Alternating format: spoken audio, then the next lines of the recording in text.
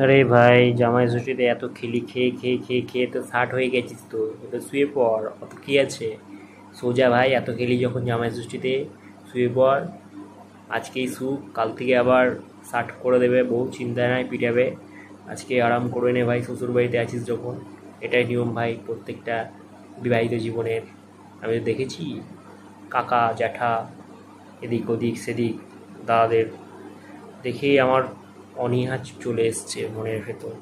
এই বিয়ে নামক একটা দুষ্কর্ম, একটা ফালতু কাজ থেকে বিরত থাকার থেকে আমাকে একটা অন্য লেভেলের মোটিভেশন প্রদান করে, যা আমি নিজের মনের ভিতর সুদৃঢ় এবং স্পষ্ট এবং পিষ্ট করে তুলতে পেরেছি।